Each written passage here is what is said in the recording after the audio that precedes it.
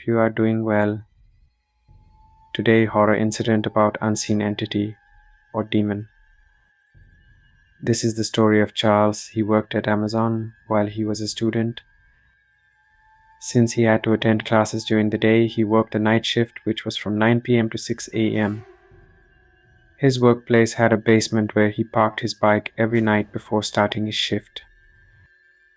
One night, Charles took a half-day leave for some personal reasons. It was around 3 a.m. when he decided to leave. The building was mostly quiet at this hour, with only a few workers and security guards around. Charles made his way to the basement to get his bike. The basement was dimly lit and had an eerie silence to it. Charles was used to the place, but it always felt a bit unsettling. As he walked towards his bike, he heard a faint whistling sound. It seemed like someone was trying to get his attention. At first, he thought it was just a grasshopper or some kind of insect. He ignored the sound and kept walking. When he reached his bike and sat on it, ready to start it, he heard a woman's voice. The voice was calling his name. Charles. It was soft, yet chilling, and it sent shivers down his spine. The voice seemed to come from very close to him, but when he looked around, there was no one there. His heart raced, and goosebumps covered his skin.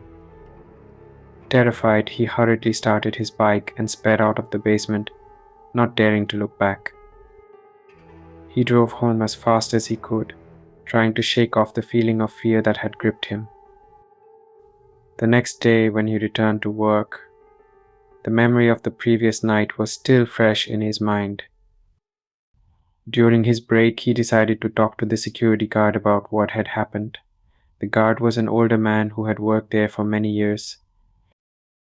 Charles approached him and hesitated for a moment before speaking. "Hey, can I ask you something?" Charles said. "Sure, what's up?" the guard replied. "Last night, when I was in the basement getting my bike, I heard something strange. There was this whistling sound and then a woman's voice calling my name. It was really creepy," Charles explained. The guard's expression turned serious. "You're not the first one to experience something like that," he said. "Many people have heard strange noises and voices in the basement, especially when they're alone. Some say it's haunted." "Haunted?" Charles echoed, feeling a chill run down his spine again. "Yeah, there have been stories for years. People have seen shadows, heard whispers, and even felt someone touching them when no one was around. It's always in the basement," the guard said. Charles felt a mix of relief and fear. He was relieved to know that he wasn't imagining things, but the idea of the basement being haunted was terrifying. He decided to avoid the basement as much as possible, especially when he was alone. Days turned into weeks, and Charles tried to focus on his work and studies. However, the memory of that night lingered in the back of his mind. Every time he had to go to the basement, he felt a sense of dread. He made sure to go there only during the day or when there were other people around. One evening, Charles stayed late at work to finish a project. It was around 8:30 p.m. when he finally wrapped up and headed to the basement to get his bike. The place was busier than usual, with a few workers still around. Charles felt more at ease with others nearby. As he reached his bike, he heard the whistling sound again.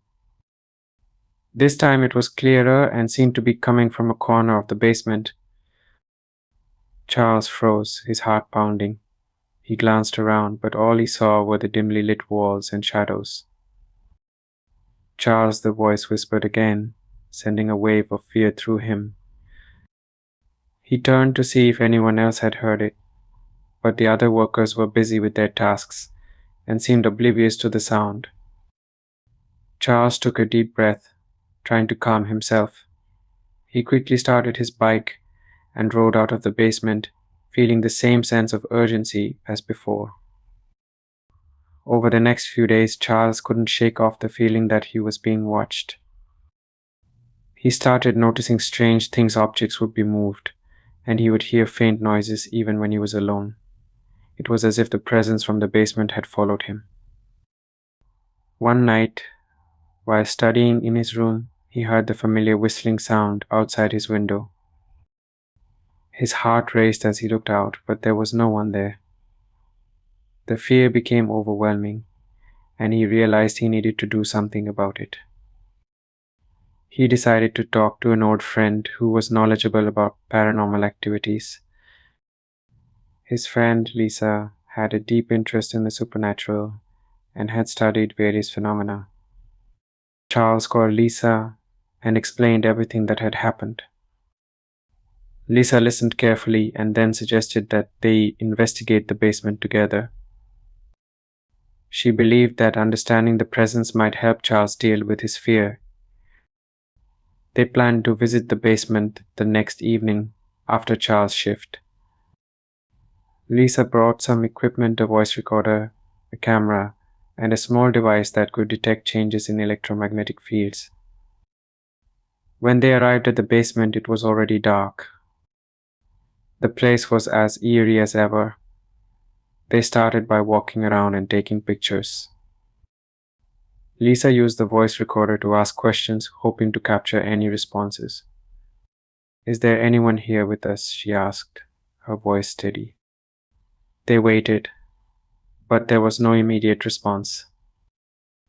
They continued exploring the basement, and as they reached the corner where Charles had heard the whistling, the atmosphere grew colder. Lisa checked the electromagnetic field detector, and it showed a spike in activity. "There's definitely something here," she said quietly. Just then, they heard the whistling sound again. It was louder this time, almost as if the source was right next to them. Charles felt his skin crawl. He tried to stay calm, but the fear was overwhelming. "Can you tell us your name?" Lisa asked, holding the recorder steady. For a moment there was silence.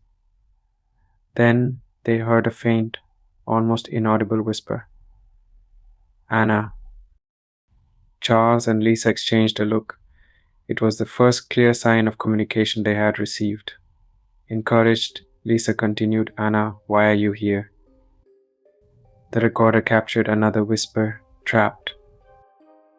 Charles felt a pang of sympathy for the spirit. It seemed that Anna was stuck in the basement, unable to move on. He wondered what had happened to her and why she was seeking attention. "How can we help you?" Lisa asked. The response was clearer this time. "Find my locket." Charles remembered the stories the security guard had told him. Some of them mentioned a woman who had died in an accident in the basement many years ago. Could this be the same woman? He decided to ask the guard for more details the next day. After their investigation, Charles and Lisa left the basement, feeling a mix of fear and curiosity. They had made contact with the spirit, but they still had many questions. The next day, Charles approached the security guard again and told him about the name Anna and the locket. The guard nodded thoughtfully. "I remember hearing about a woman named Anna who used to work here. She disappeared one night, and they never found her. Some people said she was involved in an accident in the basement, but no one really knows for sure." Charles felt a chill. It seemed that Anna's spirit was indeed trapped in the basement. He and Lisa decided to search for the locket, hoping it might help Anna find peace. They spent several evenings combing through the basement, looking for any sign of the locket. One night, after hours of searching, they finally found it. The locket was hidden behind a loose brick in the wall. It was old and tarnished, but it had an engraving on it, Anna. They took the locket and went to the spot where they had first heard Anna's voice. Holding the locket, Lisa spoke softly, "Anna, we found your locket. We hope this helps you find peace." For a moment, there was silence. Then they felt a rush of cold air, and the basement seemed to grow brighter. The fear that had gripped Charles for so long began to fade. He felt a sense of calm and relief wash over him. The whistling and voices stopped after that night. Charles continued his job and studies, but the basement no longer felt haunted. He believed that Anna had finally found peace and moved on. 20 years later, Charles would tell this story to his friends and family, always ending with the lesson he had learned. That sometimes the past leaves echoes, and it's up to us to listen and help those who are trapped. The experience had changed him, making him more empathetic and understanding of things beyond the physical world. It's my advice, if you ever visit, remember to be careful around the river and the forest. For the spirits that are hungry for fear, always inquire about the house before move in. Keep yourself and others safe from any type of scary activity. Thanks for watching. Please like, share and subscribe.